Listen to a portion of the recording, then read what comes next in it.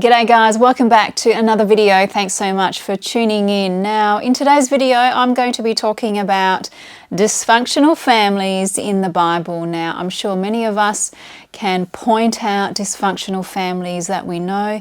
Perhaps some of us are living in dysfunctional families. Perhaps some of us look or read the Bible and think that there are perfect families in the Bible, or perhaps in a time where social media is really ramping, that you might see photos of families on social media and you might think, gee, I wish I had that kind of family, or that family looks like perfect. And maybe it's something that you want to desire someday in your life. But in today's video, I'm going to be looking at obviously a number of different dysfunctional families in the Bible. Now, certainly there are many examples of families in the Bible that were not perfect, and there are certainly families on social media who appear to be perfect, but they are not. So let's move right into this video. So the first family that I want to look at is obviously the very first family, and that is the family of Adam and Eve. So turn with me to Genesis. We're looking at chapter 4, verses 1 to 2. It says, "Now Adam knew Eve, his wife. She conceived and bore Cain, and said, I have acquired a man from the Lord. Then she bore again, this time his brother Abel. Now Abel was a keeper of sheep, but Cain was a tiller of the ground." So at first it seems like Adam and Eve had the perfect family. They had a couple of children. It seemed as though their children had good jobs. One was a shepherd and one was a farmer. Let's keep reading. "And in the process of time it came to pass that Cain brought an offering of the fruit of the ground to the Lord. Abel also brought of the firstborn of his flock and of their fat." So not only did Adam and Eve have two children, but they both came to worship the Lord. So it seems as though everything is working out perfectly. But let's keep reading. "And the Lord respected Abel and his offering, but he did not respect Cain and his offering. And Cain was very angry, and his countenance fell. So the Lord said to Cain, Why are you angry? And why has your countenance fallen? If you do well, will you not be accepted? And if you do not do well, sin lies at the door, and its desire is for you, but you should rule over it. Now Cain talked with Abel his brother, and it came to pass when they were in the field that Cain rose up against Abel his brother and killed him." So imagine how Adam and Eve must have felt. They thought they had the perfect little family, but it turned out that their firstborn son was a murderer. So why did this happen?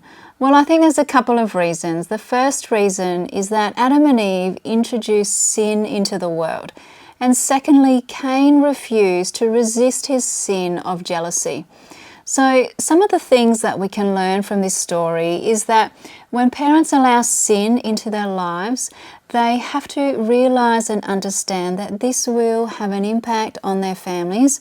And the second thing we learn is that when parents see jealousy in their kids' lives, in their child's lives, then they need to deal with that sin of jealousy before it actually gets worse and out of control, and before it's too late, such as the story of Cain and Abel. Now, let me move on to another story, and I want to look at the story of Joseph and his brothers.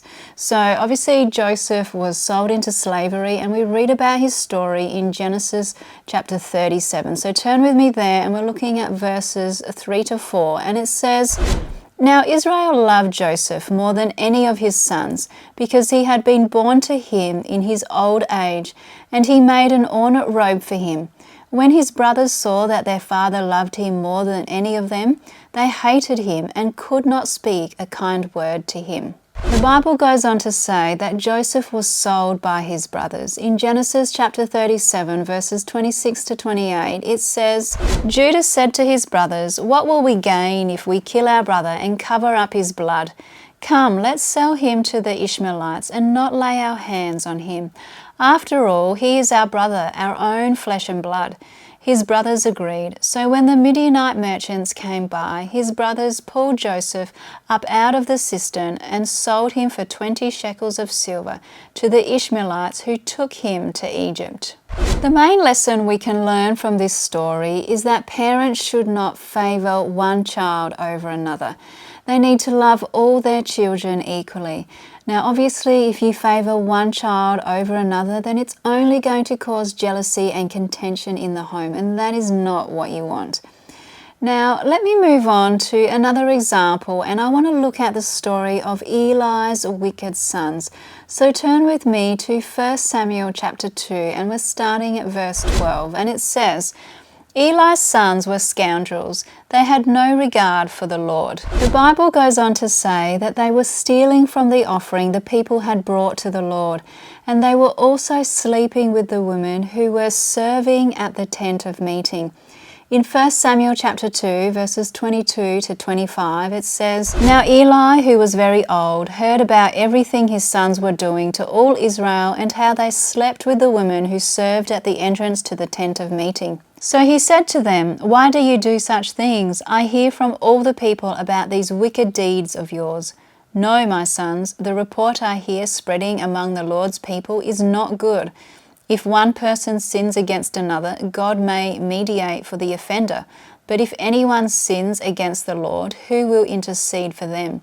His sons, however, did not listen to their father's rebuke, for it was the Lord's will to put them to death. So Eli did rebuke his sons privately, but he didn't actually rebuke them publicly, and he didn't remove them from their offices as priests. And because of this, God promised to bring judgment upon his family.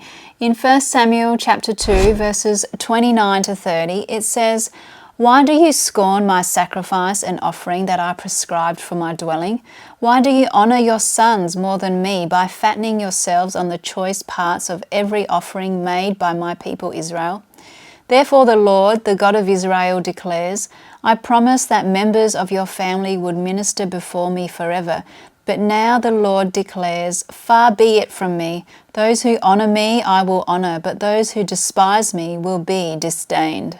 It's also interesting to note that Eli was overseeing Samuel, and Samuel, as we know, grew to be a man of God, while Eli actually failed to raise his own children to honour the Lord. So it seems as though it is perfectly okay and perfectly possible to do the right thing even if someone who has raised you was not perfect. Now, there are other examples in the Bible of people who came from dysfunctional families or, did the wrong thing as part of their family. Now, you've got David's son Absalom, who just wanted to usurp his authority over his own father in order to become king. You've got another one of David's sons who raped his own sister. I think that was Amnon. You've got, obviously, Abraham and Sarah, Jacob, Leah and Rachel, all fighting for affection, wanting to have children, throwing in their maidservants into the mix only to create more drama. And at the end of the day, look, it really is a sad realization that there are many dysfunctional families that probably all of us know. And there generally is a common pattern between dysfunctional families. Most of them, they either don't talk to each other, they don't want to know each other. You've got family members that just don't speak to each other. They keep secrets from each other, they lie, they harbour jealousy, there's sin in the family, and sometimes you might just put up with certain things in the family because you just want to keep the peace, and they might be certain things you don't necessarily agree on, but you are just putting up with them in order to have a relationship with your family. And unfortunately, in today's society, there are probably all of us can probably, off the top of our head, know of a family that is not perfect. And look, at the end of the day, no family is perfect. We all have our faults. We are all human. We all sin. We all fall short. But at the end of the day, if there is family strife and tension, especially as Christians, then we need to make sure that any division, strife does not come from us. And if it does, then we need to seek appropriate, behavior to heal any wounds that we may have opened. And we need to be able to bring peace in our families if we feel like we have wronged anyone or done the wrong thing. So I want to leave you with one final Bible verse in Hebrews chapter 12, verse 14, and it says, "Make every effort to live in peace with everyone and to be holy. Without holiness, no one will see the Lord." Anyway, I hope you've enjoyed this video. If you have, please leave me a comment, give me a thumbs up and subscribe. I do love to read your comments. Thank you again for watching, and you'll see me again in my next video. Bye-bye.